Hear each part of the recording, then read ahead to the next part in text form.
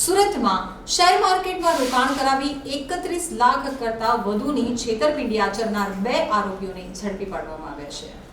સુરતમાં શેર માર્કેટમાં રોકાણ કરવાથી સારું એવું વળતર મળશે તેવી લોભામણી વાતો કરી લિંક મોકલી તેમાં રજિસ્ટ્રેશન કરાવી શેર તથા આઈપીઓમાં રોકાણ કરવા માટે અલગ અલગ બેંક એકાઉન્ટમાં કુલ 35.31 લાખ ટ્રાન્સફર કરાવી લેવાયા હતા। ફરિયાદીને નફો કે ભરેલ રૂપિયા પરત ન આપી છેતરપિંડી કરનાર આરોપીને ઝડપી પાડવામાં આવ્યા છે। અલગ અલગ મોબાઈલ નંબર તથા અલગ અલગ વોટ્સએપ ગ્રુપના એડમિન તથા એકાઉન્ટ ધારકોએ પૂર્વ આયોજિત કાવતરું રચી આ કામના ફરિયાદીને વોટ્સએપ ઉપર શેર ટ્રેડિંગ કરવાની સારું એવું વળતર મળશે તેવા લોભામણા મેસેજો કરી વોટ્સએપ ગ્રુપમાં એડ કર્યા હતા। તે ગ્રુપમાં શેર માર્કેટમાં ઇન્વેસ્ટ કરવાથી સારું એવું વળતર મળે છે। મેસેજો મૂકી ફરિયાદીને વોટ્સએપ ઉપર શેર ખાન મેક્સ નામની એપ્લિકેશનની લિંક મોકલી હતી। તે એપ્લિકેશન ડાઉનલોડ કરાવી તેમાં રજિસ્ટ્રેશન કરાવી ટ્રેડિંગ એકાઉન્ટ જનરેટ કરાવી આ એપ્લિકેશન મારફતે ફરિયાદીએ અલગ અલગ શેરમાં તથા આઈપીઓમાં ઇન્વેસ્ટ કરવા જણાવતા તે મુજબ કર્યું હતું। અલગ અલગ બેંક એકાઉન્ટો કુલ ₹55,55,000 ટ્રાન્સફર કર્યા હતા। તેમાંથી શેર ખાન મેક્સ એપ્લિકેશનમાં બનાવેલ ટ્રેડિંગ એકાઉન્ટમાં નફા સાથે રકમ બતાવેલ તેમાંથી 1,24,000 વિડ્રો કરવા દીધા હતા।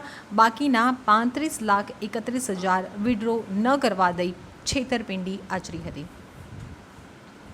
પ્રદુમ રામકૃપાલ કેવલા પ્રસાદ પાંડે તેના પોતાના નામનું નવું બેંક એકાઉન્ટ ઓપન કરાવી તે બેંક એકાઉન્ટ 30,000 કમિશન લઈ આરોપી પ્રતિક પ્રફુલભાઈ ગોરધનભાઈ વસાવાને આપ્યું હતું। પ્રતિક પ્રફુલભાઈ ગોરધનભાઈ વસાવાએ પ્રદુમ પાંડે પાસેથી 30,000 કમિશન આપી બેંક એકાઉન્ટ લઈ તે બેંક એકાઉન્ટ નાસ્તા ફરતા આરોપી પ્રેમ નામના વ્યક્તિ પાસેથી 30,000 કમિશન લઈ આપ્યું હતું। ગુનો નોંધી પોલીસે અલગ અલગ બેંક એકાઉન્ટોમાં 4 લાખ ફ્રીઝ કર્યા હતા। તો પોલીસ કમિશનર શ્રી ક્રાઇમ તથા નાયબ પોલીસ કમિશનર શ્રી ક્રાઇમ બ્રાન્ચનાઓ દ્વારા સુરત શહેરના નાગરિકો ઇન્વેસ્ટમેન્ટ ફ્રોડ જેવા જે ફ્રોડ અત્યારે ચાલી રહ્યા છે એનો ભોગ ન બને તે માટે અને જો ખાસ સૂચના આપવામાં આવે તથા જો ભોગ બન્યા હોય તો તેઓને ન્યાય મળે તે માટે એફઆઈઆર નોંધી અને આગળની કાર્યવાહી કરવા ઇન્વેસ્ટિગેશન કરવા અને આરોપીઓને પકડી પાડવા સૂચના આપવામાં આવેલ હતી। તે અનુસંધાને સાયબર ક્રાઇમ પોલીસ સ્ટેશનની અંદર ચાલુ વર્ષે 54 નંબરની એફઆઈઆર નોંધવામાં આવી હતી જેમાં સુરત શહેરના રહેવાસી એક મહિલા સાથે આશરે ₹36 લાખનું ઇન્વેસ્ટમેન્ટ કરાવીને ઇન્વેસ્ટમેન્ટ ફ્રોડનું ગુનો આચરવામાં આવેલ હતો। જેમાં એપ્રિલ માસથી લઈને જૂન માસ સુધી સદર મહિલાને વોટ્સઅપ મારફતે કોન્ટેક્ટ કરી લિંક મોકલી અને આઈપીઓમાં અલગ અલગ કંપનીઓના આઈપીઓમાં રોકાણ કરવાથી તેમને ખૂબ ફાયદો થશે એવી લાલચ આપીને વોટ્સઅપ મારફતે એક લિંક મોકલવામાં આવી હતી અને લિંક મારફતે એપીકે ફાઇલ ડાઉનલોડ કરાવી શેરખાન મેક્સ નામની એક ફેક એપ્લિકેશન ડાઉનલોડ કરાવવામાં આવી હતી અને તેની અંદર આશરે અલગ અલગ ટુકડાઓમાં 36 લાખ રૂપિયાનું મોટું રોકાણ બેન પાસે કરાવવામાં આવેલ હતું। જેમાંથી બેનને વિશ્વાસ અપાવવા માટે આશરે 1,24,000 જેવી રકમ તેઓના નફા સાથે તેમના એકાઉન્ટમાં પરત આપવામાં આવી હતી અને ત્યારબાદ આશરે 35 લાખ રૂપિયા જેટલા રકમનું ફ્રોડ કરીને તેમનું જે એકાઉન્ટ છે ડિલીટ કરીને એમની સાથે બધા તમામ સંપર્કો તોડી નાખવામાં આવ્યા હતા।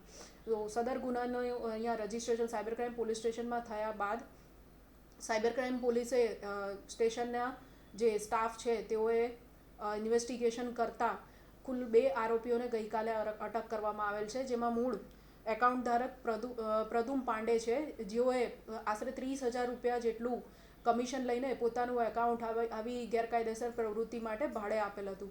સદર વ્યક્તિ હાલ સુરતમાં રહે છે અને મૂળ ઉત્તર પ્રદેશના જૌનપુરનો નિવાસી છે।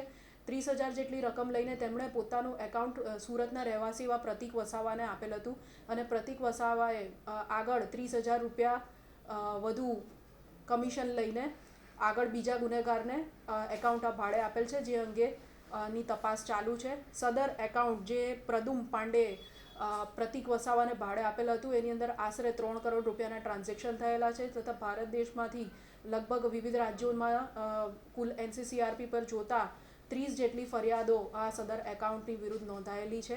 વધુમાં પ્રતિક વસાવાની વિરુદ્ધ ગુજરાતના કચ્છના ગાંધીધામ પોલીસ સ્ટેશનની અંદર પણ અગાઉ આ પ્રકારની ફરિયાદ થયેલી છે।